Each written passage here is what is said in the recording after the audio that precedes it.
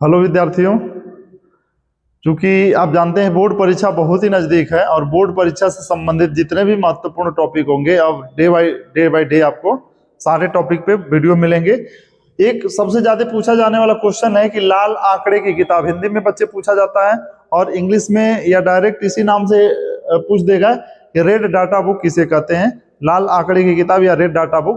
तो बच्चे आप जानते हैं कि भारत नहीं पूरे एक विश्व की संस्था है जिसे हम कहते हैं IUCN, international union for conservation of nature and natural resources.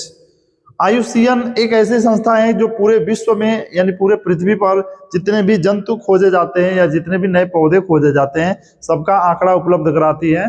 तो जिसे IUCN विलुप्त प्रजातियों को ध्यान में रखते हुए सभी जंतु और पौधों के लिए एक किताब प्रकाशित करती है जिसे रेड डाटा बुक कहते हैं। तो विलुप्त हो रही जातियों के संबंध में IUCN ने एक पुस्तक प्रकाशित किया जिसे रेड डाटा बुक कहते हैं। यानी जो विलुप्त हो रहे प्रजाति हैं, चाहे पेड़ हो चाहे पौधे हो, उनके अकॉर्डिंग एक बुक पब्लिश की गई जिसमें सारे जंतुओं का और सारे पौधों का आंकड़ा रहता है, जिसे हम क्या कहते हैं, रेड डाटा बुक कहते हैं। तो विलुप्त हो रही प्रजातियों के संबंध में IUCN ने एक पुस्तक प्रकाशित किया जिसे रेड डाटा बुक कहते हैं। यह पुस्तक 1 जनवरी 1972 को प्रकाशित हुआ। यानी पहली बार कब प्रकाशित हुआ?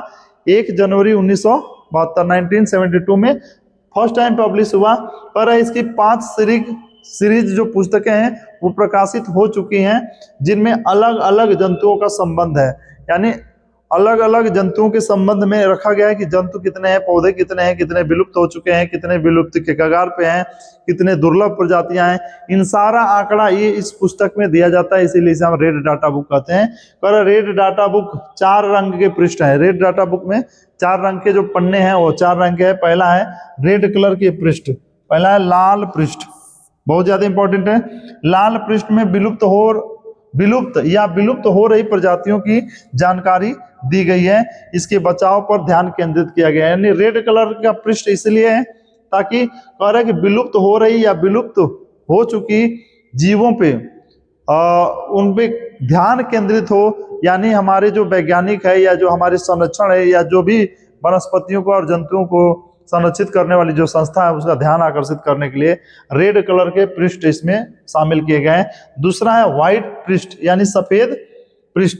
कह रहा है इसमें दुर्लभ प्राणियों को ही सम्मिलित किया गया है जो किसी निश्चित स्थान पे ही बचे हैं।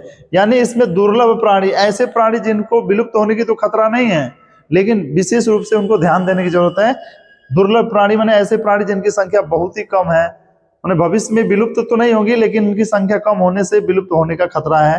तो ये 2 प्रकार का पृष्ठ हो गया, सफेद पृष्ठ और रेड पृष्ठ। ठीक है, नेक्स्ट देखेंगे हम। और अगला कह रहे हैं कि रेड डाटा बुक में जो 4 पृष्ठ थे तो तीसरा जो पृष्ठ है वह येलो कलर का पृष्ठ है।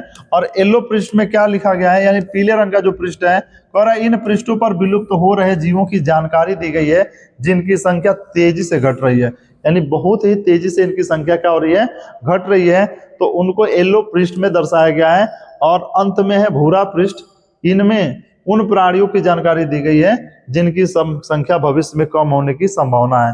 यानी अभी तो इनकी संख्या पर्याप्त है लेकिन अगर ध्यान नहीं दिया गया तो भविष्य में इनकी संख्या भी घट जाएगी। तो ये ब्राउन पृष्ठ यानी 4 प्रकार के पृष्ठ हम आपको बता दें। छोटा सा टॉपिक है, 2 नंबर में या 3 नंबर में या कभी कभी 1 नंबर में भी क्वेश्चन पूछ देता है रेड डाटा बुक क्या होता है। तो बच्चे ये रहा हमारा पूरा रेड डाटा बुक पे एक छोटा सा वीडियो। इस वीडियो को पूरा देखिए और वीडियो को लाइक और सब्सक्राइब करिए चैनल को।